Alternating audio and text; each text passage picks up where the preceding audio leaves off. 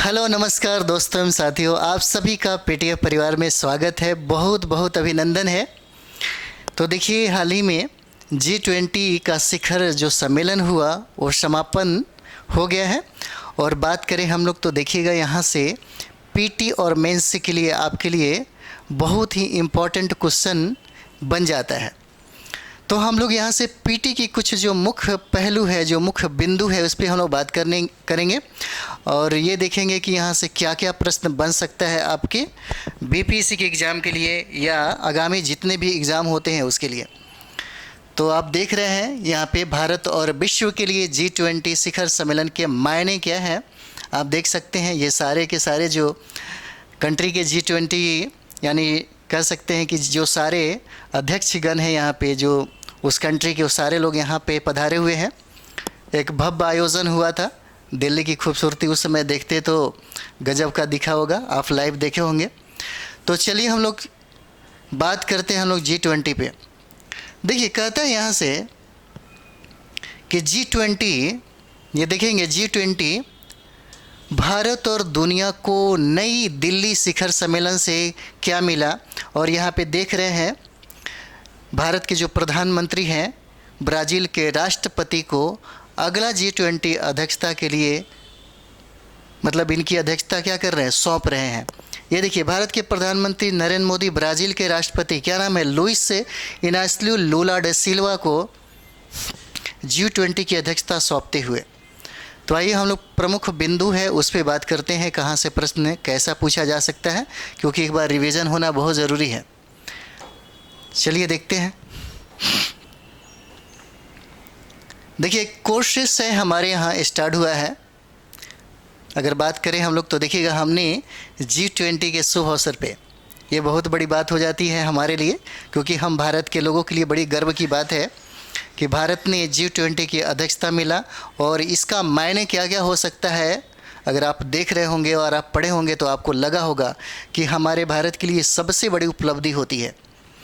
तो इसी उपलब्धियों को ध्यान में रखते हुए हमने G20 के शुभ अवसर पे मैंने भारी डिस्काउंट किया है। और डिस्काउंट मैंने किया है कि NCERT ऑनलाइन जो क्लासेस है उसके लिए। इसके पहले की अगर बात कर दिया जाए तो कोर्स का फीस था 12,500 रुपये, लेकिन शुभ अवसर पे G20 के शुभ अवसर पे मैंने मात्र 2,500 रुपये इसका मतलब समझिए कि फ़ीस रखा है।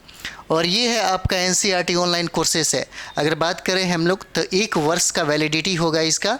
और लगभग कक्षाओं की अगर बात कर दी जाए तो 500 घंटा से कहीं अधिक आपको कक्षा मतलब मिलेगा यहाँ से। ठीक है, तो चलिए हम लोग बात करते हैं महत्वपूर्ण बिंदुओं पे। देखिए, यहाँ पे कहता है कि भारत की अध्यक्षता में नई दिल्ली में कौन सा 18वां G20 शिखर सम्मेलन का सफल आयोजन हुआ। बार बार ये प्रश्न पूछा जा सकता है, ये क्रम जरूर याद रखेंगे। अगर क्रम की बात कर दिया जाए तो पहला G20 का जो शिखर सम्मेलन हुआ था वो 2008 में हुआ था, USA में हुआ था, अमेरिका में हुआ था, पहला हुआ था। ठीक है, लेकिन अगर बात कर दी जाए कि 2023 में कहाँ पे हुआ अध्यक्षता, तो ये भारत हो जाता है। सबसे इम्पोर्टेंट ये है कि पूछा जा सकता है कि कौन सा क्रम में है, तो ये क्रम हो जाता 18वां। अगर 17वां क्रम अगर पूछ दे तो इंडोनेशिया बाली में इसका हुआ था आयोजन। ठीक है, देखिए यहाँ पे कहता है कि भारत के साथ साथ दक्षिण एशिया में आयोजित होने वाला पहला G20 शिखर सम्मेलन है। पूछा जा सकता है कि दक्षिण एशिया का पहला शिखर सम्मेलन का आयोजन कहाँ हुआ था, तो ये आपका कंट्री हो जाता है भारत। क्या हो जाएगा, भारत हो जाएगा। ठीक है, और भारत में अगर बात करें कि दक्षिण एशिया में पहला देश होता है हमारा भारत, जहाँ पे G20 का शिखर सम्मेलन हुआ। और ये क्रम की बात कर दी जाए तो 18वां क्रम होता है, याद रखेंगे। ठीक है, तो चलिए हम लोग देखते हैं और भी देखेंगे। आप देख रहे हैं बहुत ही ज़्यादा ये नटराज की मूर्तियाँ आपको दिख रही होगी यहाँ पे। देखिए, बड़ा खूबसूरत तरीके से लगाया गया है।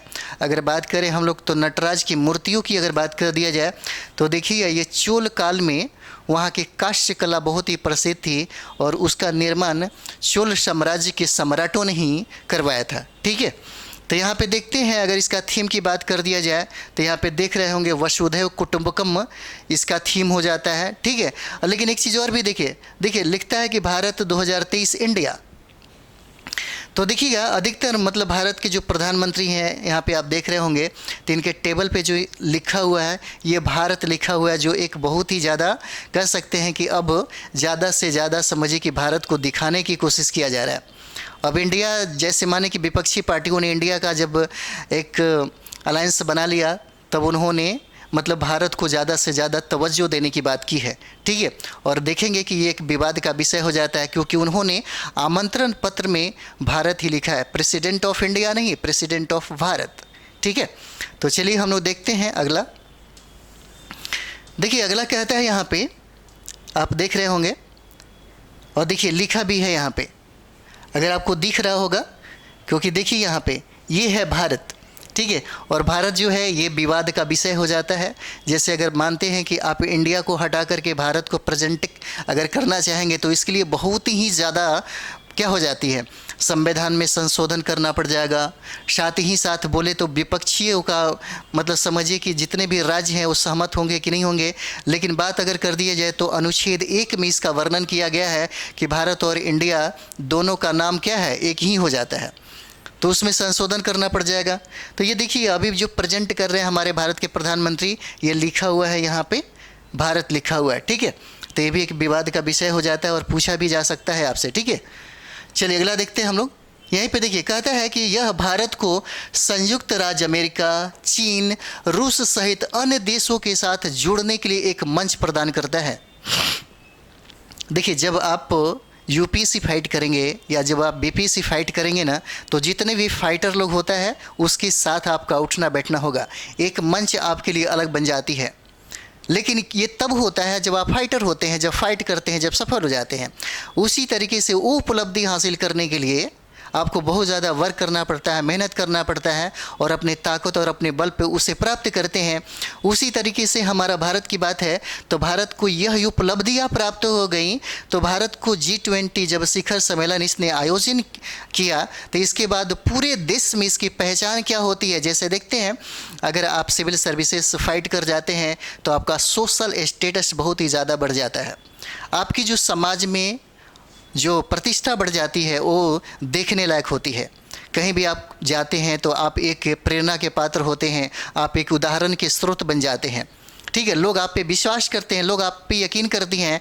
उसी तरीके से हमारा G20 जो है, जो सम्मेलन हुआ हमारे भारत में, और भारत का नज़रिया अन्य देशों का कैसा होता है यहाँ पे आपको समझने को मिलेगा, ठीक है। तो यहाँ पे कहता है कि यह एक मंच प्रदान कर दिया जाता है। और बात करें कि यह भारत को रूस को आश्वासन करने, यहाँ पे देखिए हर एक पॉइंट पे, हर एक बिंदु पे अगर ध्यान देंगे तो आपको समझ में आ जाएगा। कहता है कि यह भारत को रूस को आश्वस्त करने और चीन को प्रबंधित करने, अफ्रीका को विकसित करने और पड़ोसियों को आकर्षित करने का अवसर मुहैया कराता है। देखिए एक ही लाइन में अगर आप देखेंगे तो सारी की सारी बातें आप कह दिया, एक ही लाइन में अपनी जो भी उपलब्धियां हैं आपने यहाँ पे दिखा दिया। ये G20 का जो मायने है यहीं से पता चल जाता है। कहता है कि यह भारत को रूस को आश्वस्त करने, अगर हम लोग बात करेंगे तो हमारा जब देश आज़ाद हुआ था, देखिएगा ये मेन में बहुत ही ज़्यादा काम आएगा। और पीटी में भी आपको ये होगा, हम ज़्यादा डिस्कशन नहीं देना चाहते हैं क्योंकि अभी आपका पीटी का है। तो मेन की क्लास में जब हम लोग आएंगे तो मेन को आप पढ़ना पड़ेगा। G20 मतलब आपको SCO भी पढ़ना पड़ेगा, ये ब्रिक्स भी पढ़ना पड़ेगा, ठीक है। इंटरनेशनल रिलेशन में आपको बहुत सारा चीज़ें मिलेगा, करंट में मिलेगा, क्योंकि आप मेन अगर देने के लायक बन जाते हैं, अगर आप फाइट कर जाते हैं तो देखिए आपके लिए बहुत इंपॉर्टेंट होता है। तो क्या हो जाता है, अवसर मुहैया करता है, ठीक है। अगला देखते हैं हम लोग। देखिए ये कहता है यहाँ पे, ये बहुत बड़ी बात है और डायरेक्ट आपको पीटी में ऐसे प्रश्न पूछे जा सकते हैं, ठीक है। पीटी में डायरेक्ट ऐसे प्रश्न पूछे जा सकते हैं। अब आप उम्मीद रखिए कि आपसे सतही लेवल का प्रश्न नहीं पूछा जाएगा, आपसे बिल्कुल सतही लेवल का जो प्रश्न है, चाहे किसी भी सब्जेक्ट में हम बात करेंगे, चाहे क्यों ना वो हिस्ट्री हो, क्यों ना वो ज्योग्राफी हो, क्यों ना पॉलिटी हो, क्यों ना करंट अफेयर्स हो, वो सारा का सारा कहीं ना कहीं आपको गहराई से पूछा जाएगा। और आपको उम्मीद है कि आप गहराई से पढ़ रहे होंगे, रिवीजन कर रहे होंगे। तो ये यहाँ पे देखिए कहता है कि भारत को ग्लोबल साउथ की आवाज़ बनने का सुनहरा अवसर प्रदान करता है। देखिए ग्लोबल साउथ अगर आप मैप में देख रहे होंगे तो ये देखिएगा, ये सारा का सारा जो क्षेत्र आपको दिख रहा है यहाँ से यहाँ तक एकदम दक्षिण वाला, तो इसका आवाज़ बन जाता है आपका भारत।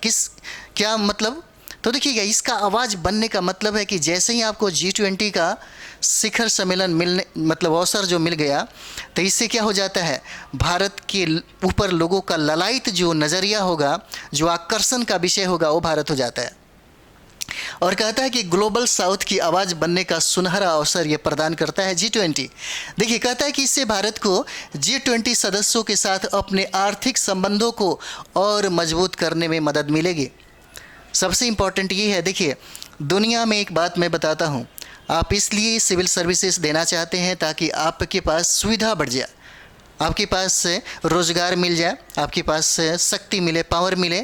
देखिए, पैसा कमाने के लिए मेरी तरफ से अगर देखा जाए तो पैसा कमाना समझिए कि बहुत टफ तो है ही, लेकिन किसी भी तरह से कमाना मतलब आप कमाया करिए। हम तो यही कहेंगे, चाहे कोई भी तरीका हो, पैसा आना चाहिए। बहुत मुश्किल होता है जब पैसे नहीं होता है, तो बेरोज़गारी का आलम इस कदर छा जाएगा कि समझिए कि बहुत मुश्किल होता है लाइफ में जीना, बहुत ही मुश्किल होता है। तो इसीलिए सबसे ज़रूरी है, चाहे वो कंट्री हो, चाहे आपकी अपनी बात हो, आपकी व्यक्तिगत बात हो, इसके लिए अर्थव्यवस्था बहुत मायने रखती है। हमारा देश, इसलिए हमारा देश अगर की बात करें, हम भारत में रहते हैं, तो भारत की स्थिति बहुत ही तीव्र गति से शक्तिशाली बनते जा रहा है। और यही वजह है कि अन्य देश भी, अगर G20 की अध्यक्षता मिला हमें, आसियान अगर SU का अगर हमें अध्यक्षता मिला, तो ऐसे ही नहीं मिला। इसके पीछे की स्टोरी को समझेंगे तब आपको पता चलेगा। और ये स्टोरी 8-10 सालों की नहीं है, ये बहुत पुरानी है। देश हमारा जब आज़ाद हुआ, तो अगर बात करें हम लोग, तो मनमोहन सिंह की जो गवर्नमेंट आई थी, उसके बाद से ये ज़्यादा देखने को मिलता है। हालांकि अगर बात करेंगे तो ये जवाहरलाल नेहरू से ही प्रारंभ हो जाता है। चलिए अगला देखते हैं हम लोग। तो ये हो जाता है, आर्थिक संबंधों को और मजबूत करने में मदद मिलेगी। यह जलवायु परिवर्तन जैसे मुद्दे पर वैश्विक सहयोग के लिए माहौल तैयार करने में मदद कर सकती है, जैसे भारत मिशन लाइफ। ठीक है, तो चलिए अगला हम लोग देखते हैं। अगला देखते हैं, देखिए कहता है यहाँ पे कि भाई बताइए कि भारत की G20 प्राथमिकताएं क्या है। कहता है कि G20 की प्राथमिकताएं क्या है, ये बताइए। तो यहाँ पे देखिए, याद रखिएगा, हरित विकास हो जाएगा, जलवायु वित्त हो जाता है, लाइफ यानी कि पर्यावरण के लिए जीवन शैली को बढ़ावा देना। ठीक है, अगला कहता है कि त्वरित और समावेशी विकास में तेजी लाना, ये प्राथमिकता है G20 का। कहता है कि SDG लक्ष्यों पर प्रगति में तेजी लाना, और कहता है कि प्रौद्योगिकी के प्रति मानव केंद्रित दृष्टिकोण के साथ आगे बढ़ना है। कहता है कि डिजिटल बुनियादी ढांचे, वित्तीय समावेशन को क्या करना है, बढ़ाना है। ये G20 की प्राथमिकताएं होती हैं। अगला हम लोग देखते हैं, कहता है यहाँ पे आप देख रहे होंगे बहुध्रुवीय। देखिए कहता है, कितना अच्छा शब्द है, कहता है कि बहुध्रुवीय अंतर्राष्ट्रीय प्रणाली बनाते हुए बहुपक्षवाद को पुनर्जीवित करना है।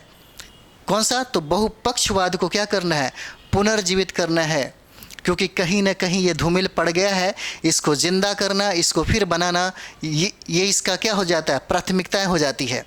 कहता है यहाँ पे कि 21वीं सदी में चुनौतियों से निपटने में सक्षम, अधिक जवाबदेह, समावेशी और प्रतिनिधि वैश्विक व्यवस्था बनाने का प्रयास होगा। अगला बात देखेंगे कि महिलाओं के नेतृत्व में विकास को बढ़ावा देना, ये भी प्राथमिकता है, ये बहुत बड़ी बात है। ठीक है, देखिए महिलाओं के नेतृत्व में विकास को बढ़ावा देना, ये G20 की प्राथमिकताओं में शामिल है। चलिए अगला देखते हैं हम लोग। सम्मेलन की प्रमुख बातें अगर हम लोग देखेंगे तो देखिए कहता है यहाँ पे ग्लोबल बायोफ्यूल अलायंस की घोषणा हुई है। कौन सा, तो ग्लोबल बायोफ्यूल अलायंस की घोषणा हुई है। इसे याद रखेंगे, ये बहुत VBI हो जाता है आपके लिए, पूछा जा सकता है डायरेक्ट। ठीक है, पूछा जा सकता है कि जैसे सम्मेलन में जो प्रमुख बिंदु होता है, जो घोषणा होता है, वहाँ से जो इम्पोर्टेंट प्रश्न होते हैं पूछा जाता है। ठीक है, सीधे ये नहीं पूछा जाएगा कि हाँ मतलब G20 का शिखर सम्मेलन कौन सा क्रम है, ये तो सब कोई को कॉमन प्रश्न हो जाता है। तो माना जाए कि अगर प्रश्न यहाँ से पूछा भी जाता है तो एकदम अंदर से पूछ लेगा। ठीक है, क्योंकि अब समझिए कि लड़के लोग स्मार्ट हो गए हैं, अच्छे तरीके से पढ़ाई करने लगे हैं और मटेरियल की कमी नहीं है, तो इसलिए आपसे भी उम्मीद होता है कि आप लोग भी बढ़िया से पढ़िए, अच्छा से पढ़िए। ठीक है, तो देखिए कहता है कि ग्लोबल बायोफ्यूल अलायंस की घोषणा हुई है और यहाँ पे देखिएगा इसमें कहा गया है कि इसके तहत वैश्विक स्तर पर पेट्रोल में कौन सा इथेनॉल के सम्मिश्रण को बढ़ाने की बात किया गया है। कितना प्रतिशत? तो बढ़ा करके 20% तय किया गया है। इसमें कहा गया है कि पेट्रोल में इथेनॉल की मिश्रण बढ़ा करके कितना प्रतिशत कर दिया जाए? 20% कर दिया जाए। ठीक है, अगला हम लोग देखते हैं। यहाँ पे देखिए कहता है, इसमें कहा गया, नेक्स्ट की बात करिए, कहता है कि भारत पश्चिम एशिया यूरोप आर्थिक गलियारे की घोषणा हुई है। कहता है कि भारत पश्चिम एशिया यूरोप आर्थिक गलियारे की घोषणा हुई है। ये बहुत इंपॉर्टेंट है आपके लिए। कहता है कि इससे एशिया अरब की खाड़ी और यूरोप के बीच कनेक्टिविटी क्या होगा? बढ़ाया जाएगा।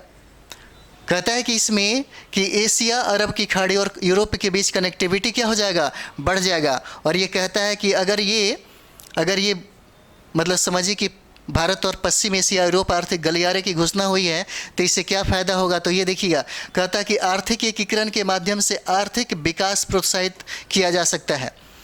और ये भी हो सकता है कि अगर कहता है कि यह चीन ओबोर परियोजना को प्रतिसंतुलित भी कर सकता है। ठीक है, और कहता है कि एशिया और यूरोप के बीच सस्ती परिवहन सुविधा भी उपलब्ध कराया जा सकता है। और एक और भी है, कहता है कि G20 संगठन में अफ्रीकी संघ को सदस्य के रूप में प्रवेश मिला है। कहाँ पे? तो यहीं भारत में। अगर बात कर दी जाए तो देखिएगा अभी G20 में देशों की संख्या अब 21 हो जाएगी। हालांकि देखा जाए तो 19 देश हो जाते हैं और 2 यूनियन हो जाते हैं।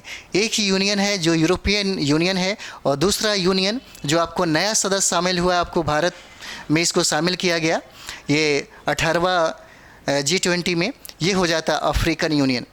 तो अगर देखा जाए तो अफ्रीकन यूनियन में जो 50 देश है, इसको बहुत ही ज़्यादा फ़ायदा हो जाता है।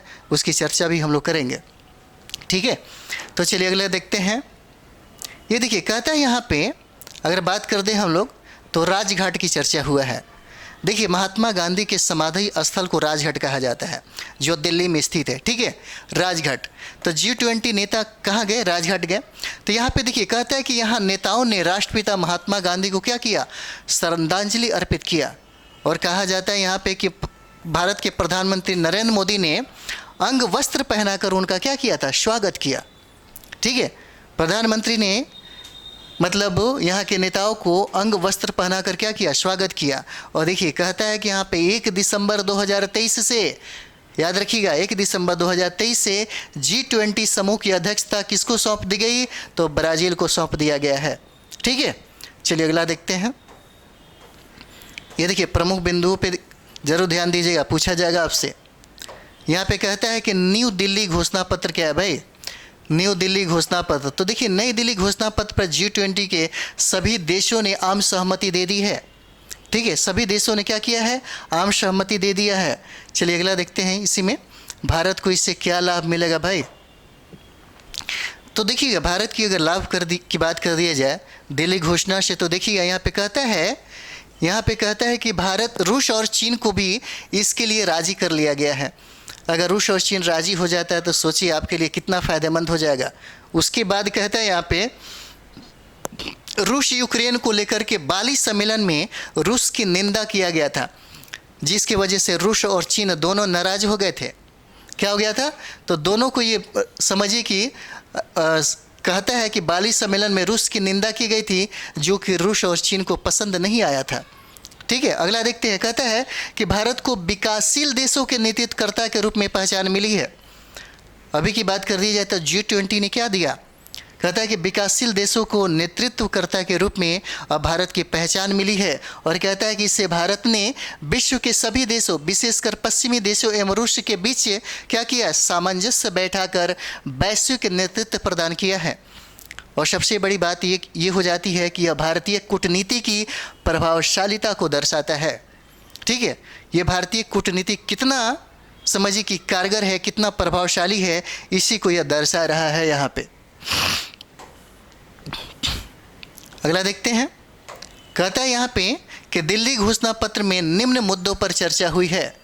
कौन सा मुद्दा है? तो ये देखिए, यह सभी क्षेत्रीय अखंडता, संप्रभुता, अंतर्राष्ट्रीय कानून और राजनीतिक स्वतंत्रता बनाए रखे।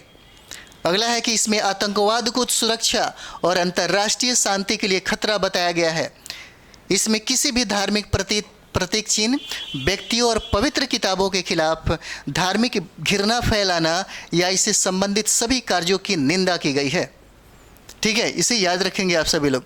अगला देखते हैं, इसी में कहता है, यहाँ पे देखिएगा, कहता है यहाँ पे कि इसमें विकासशील देशों, कहता है कि इसमें विकासशील देशों जैसे जाम्बिया, घाना, श्रीलंका व अन्य की प्राथमिकताओं पर ध्यान देने को लेकर सहमति बनी है। कहता है कि इससे जलवायु संकट से निपटने के लिए बढ़ाए जाने वाले कदमों में तेजी लाने की बात कही गई है। इसमें छोटे व हल्के हथियारों की तस्करी के विषय में चिंता व्यक्त की गई है। ठीक है, देखिए कुछ लाइन क्या होता है कि 2-4 लाइन आपसे ऐसे ही डाल देगा और बोलेगा कि बताइए इसमें से क्या है, क्या सही और क्या गलत है। तो कम से कम 2-4 बार आपको रिवाइज अगर हुआ रहता है तो समझिए कि दिमाग में क्लिक करेगा, तब आप जा कर के सही और गलत का चुनाव कर सकते हैं।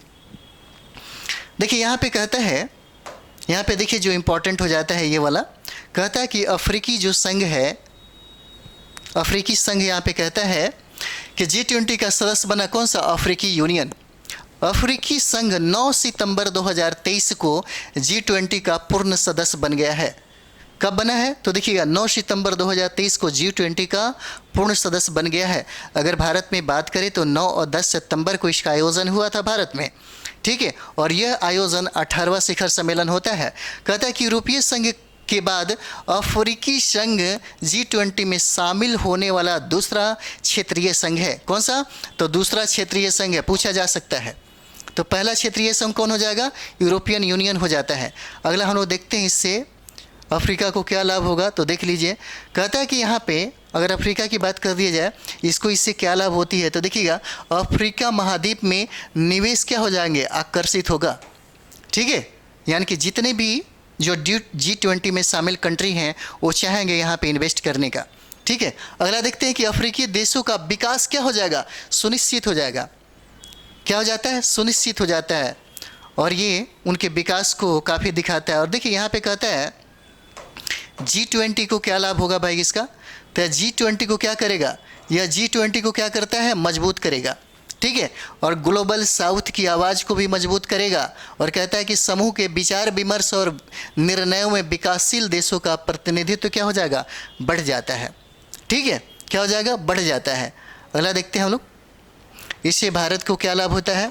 तो यहाँ पे देखिए कहता है कि विकासशील देशों का नेतृत्वकर्ता के रूप में वैश्विक पहचान को सुनिश्चित किया गया है। और कहता है कि अफ्रीकी संसाधनों का दोहन कर सकता है। ठीक है, क्या होगा? अफ्रीका में बहुत सारा संसाधन है, उसका दोहन कर सकता है। और कहा जाता है कि चीन को अफ्रीका में प्रतिसंतुलित कर सकता है, बहुत इंपॉर्टेंट है। और यहाँ पे कहता है कि अफ्रीकी संघ के लगभग 55 देश संयुक्त राष्ट्र में भारत की अस्थायी सदस्यता के लिए सपोर्ट कर सकता है। ये बहुत इंपॉर्टेंट है आपका। ठीक है, अगर मानता है कि अफ्रीकी यूनियन अगर इसमें शामिल हो जाता है तो देखिएगा अगर भारत की अस्थायी सदस्यता की बात होती है तो ये सारा का सारा कंट्री क्या होगा? भारत को सपोर्ट करेगा। ठीक है, ये बहुत बड़ी बात हो जाती है हमारे लिए।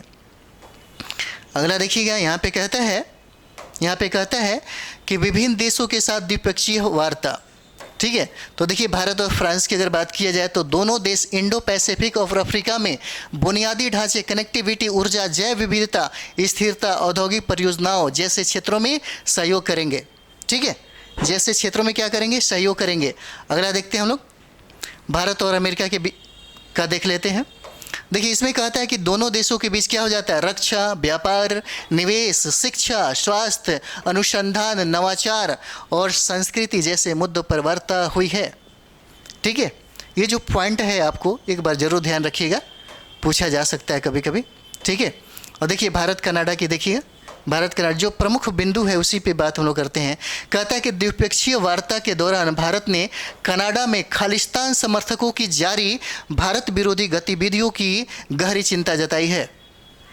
ठीक है, किस पे? तो देखिए खालिस्तान समर्थकों की जारी भारत विरोधी गतिविधियों पर भारत ने क्या किया? गहरी चिंता जताई है। अगला देखिए, उन्होंने कहा कि कनाडा में कट्टरपंथी तत्व अलगाववाद को बढ़ावा दे रहे हैं और इन्होंने कहा कि कूटनीतिज्ञों के खिलाफ हिंसा भड़का रहे हैं। उन्होंने कहा कि वहां पर रह रहे भारतीय समुदाय को धमका रहे हैं। यानी कि दोनों देशों के बीच मानव तस्करी, ड्रग्स, व्यापार, शिक्षा जैसे मुद्दों पर वार्ता हुई है। ठीक है, क्या हुआ है? इन सारे मुद्दों पर क्या हुआ है? वार्ता हुआ है। ठीक है, इन सारे मुद्दों पर क्या हो जाता है? वार्ता हुआ है। देखिए, अंतिम हमारा सेशन का ये हो जाता है। आप ज़रा इसे बताएंगे, आप ज़रा कमेंट्स में ज़रूर बताएंगे इसका आंसर आपके हिसाब से क्या होगा। तो हम लोग क्वेश्चन देख लेते हैं। कहता है कि निम्नलिखित कथनों पर विचार करिए। पहला कहता है कि 17वीं G20 शिखर सम्मेलन नई दिल्ली में आयोजित की गई है। दूसरा कहता है कि 18वीं G20 शिखर सम्मेलन की अध्यक्षता ब्राज़ील को सौंपी गई है। और कहता है कि बताइए उपरोक्त में से कौन सा कथन सही है।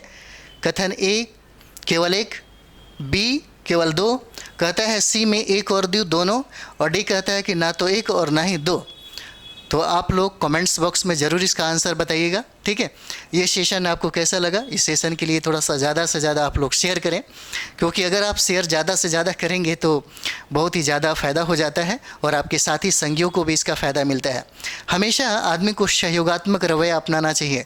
अगर कमीशन फाइट करते हैं और बहुत ऊंचाई पे जाना है तो याद रखिएगा, आप अपने दोस्तों, मित्रों, परिवार और जितने भी लोग हैं सबके साथ हमेशा सहयोगात्मक रवैया अपनाइए और यही आपको बहुत ऊंचाई और बहुत बड़ी मंजिल आपको दिलाएगी। चलिए अगले वीडियो में हम लोग मिलते हैं और रिवाइज करिए, बहुत ज़्यादा रिवाइज करिए। अभी रिवाइज और जितना प्रैक्टिस सेट बनाना है बनाइए, यही आपको काम देगा। ठीक है, चलिए अगले वीडियो में हम लोग मिलते हैं। थैंक यू वेरी मच आप सभी लोगों को।